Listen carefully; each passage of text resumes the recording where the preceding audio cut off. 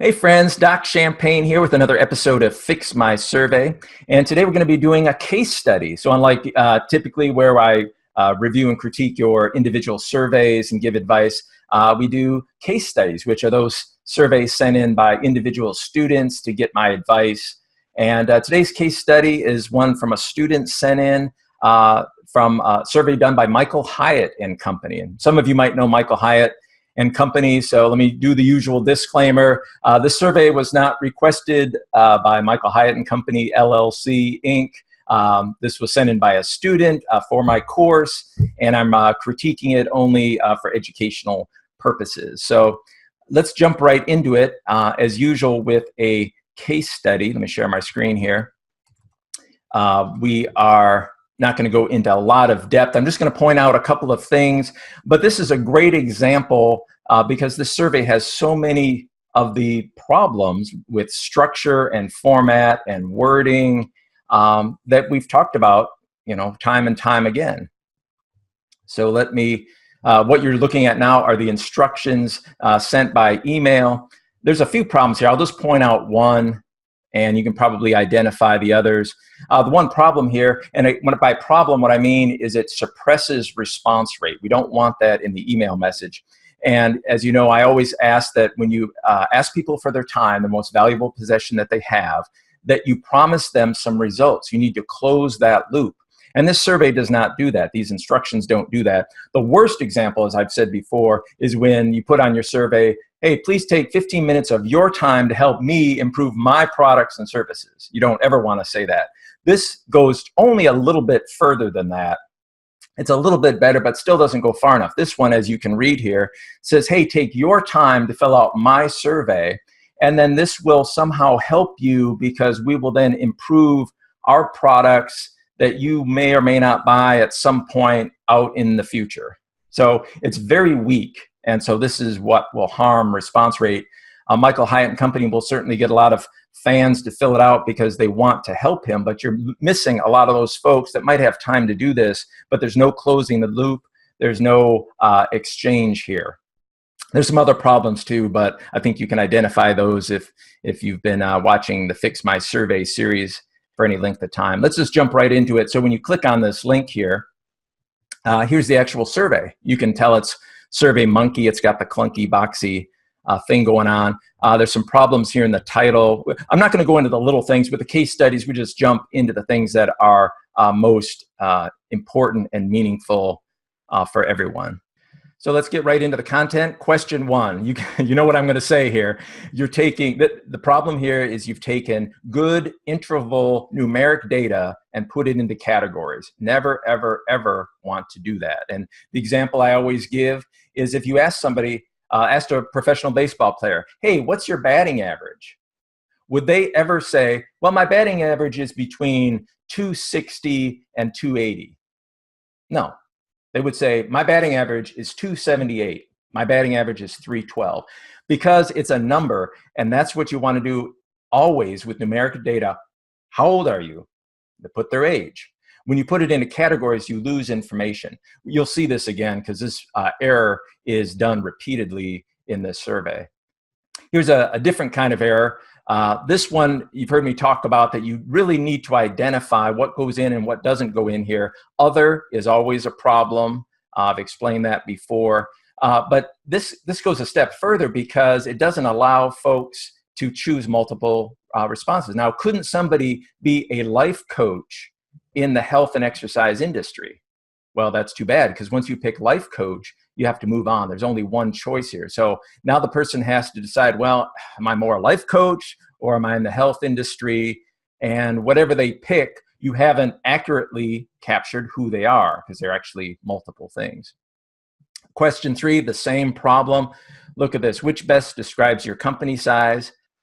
Again, you're categorizing good interval data. I mean, I can tell you for a fact, see if I checked 2 to 19 employees. Well, I mean, I had a national lab back in the 1990s. I had 18 people working for me, but I also had a startup company that I think at the most we had maybe 11 at one time. And then I've had a consulting gig where there was 4 of us. So 4, 11, and 18, those were completely different companies. Every dimension about them was different, yet I can't explain that because I have to choose 2 to 19. So you can see you're losing information in this. Same with the next question. Now, I know why people group annual gross income, because they're afraid people won't actually say how much they earn. But again, you're losing so much information. What if I'm earning $7 million? Well, I guess I have to choose 1 million. But there's something categorically different about somebody who's earning 7 versus somebody earning 1. And these ranges are so deep that there's a huge difference between a $500,000 company and $1 million company. So the problem here, let me check one more of these, and then let me back up to show you. The same with this. What department do you most associate your role with? I like the question, except, especially when you've, and let me go back here. You can see some of these are like solopreneurs that might be filling this out, or people with 2 or 3 employees. Well, they're going to wear a lot of hats, right? Your salesperson might also be your marketing person. Well, but you can only pick one, right? You can't pick sales and marketing. Well, what if I'm both? I have a small organization. They say, do you most associate with? So, I do both sales and marketing, but maybe I like marketing more. Is that why I have to pick that one? Or I'm doing mostly marketing, but I'd rather be doing sales. So again, you're missing on the interpretation side. So let's go back here. Let me say who I really am. I actually happen to be, let me check one of these. I happen to be a 46-year-old who is a life coach in the health exercise industry. And I have 18 employees, and I earn $6 million. And I do the sales and marketing or something of that sort. Now, that's what I truly am, but you've missed it with this survey, because in the survey, all you'll know is that I'm somewhere between 45 and 54.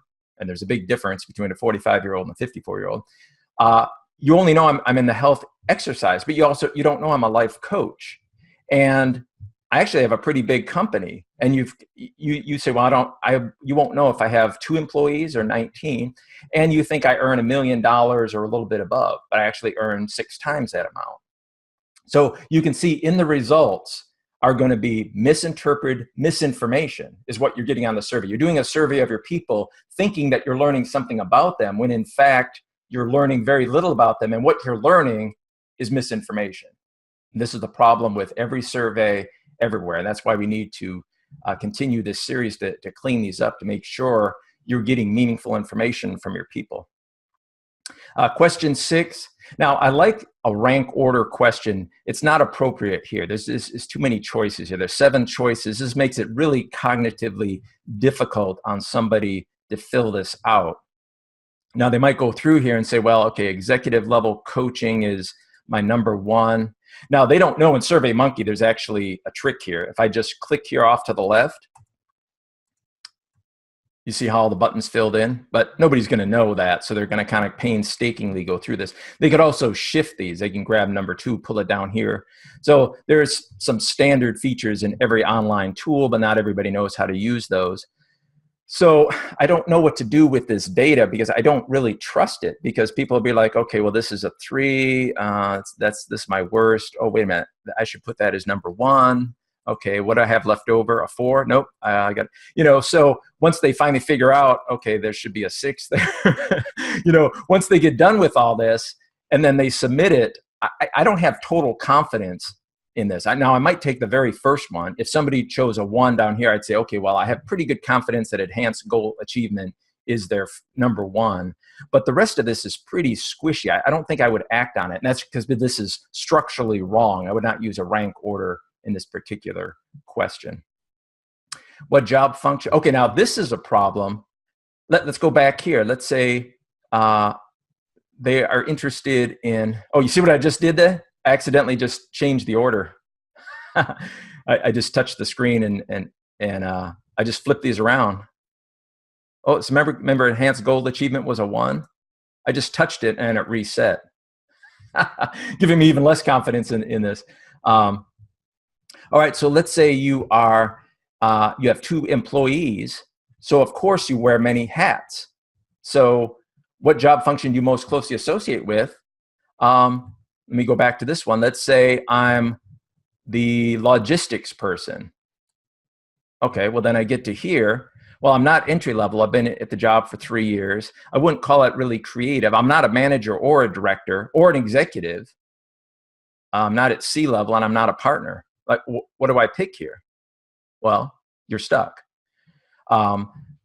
You need to make sure that you have the job functions. You don't want to leave people out. This is when I talk about losing people on your survey, this is where it happens. Right here at this question is where people are going to leave because there's not a response for everybody here.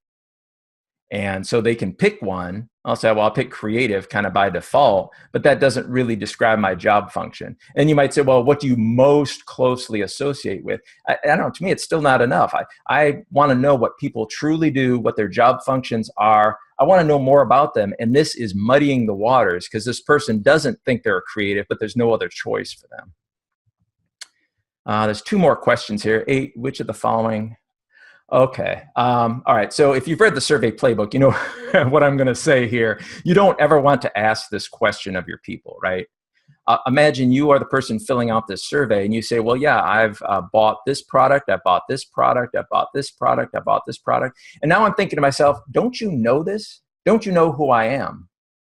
Like I've spent thousands of dollars on your products. Why are you asking me what I've purchased?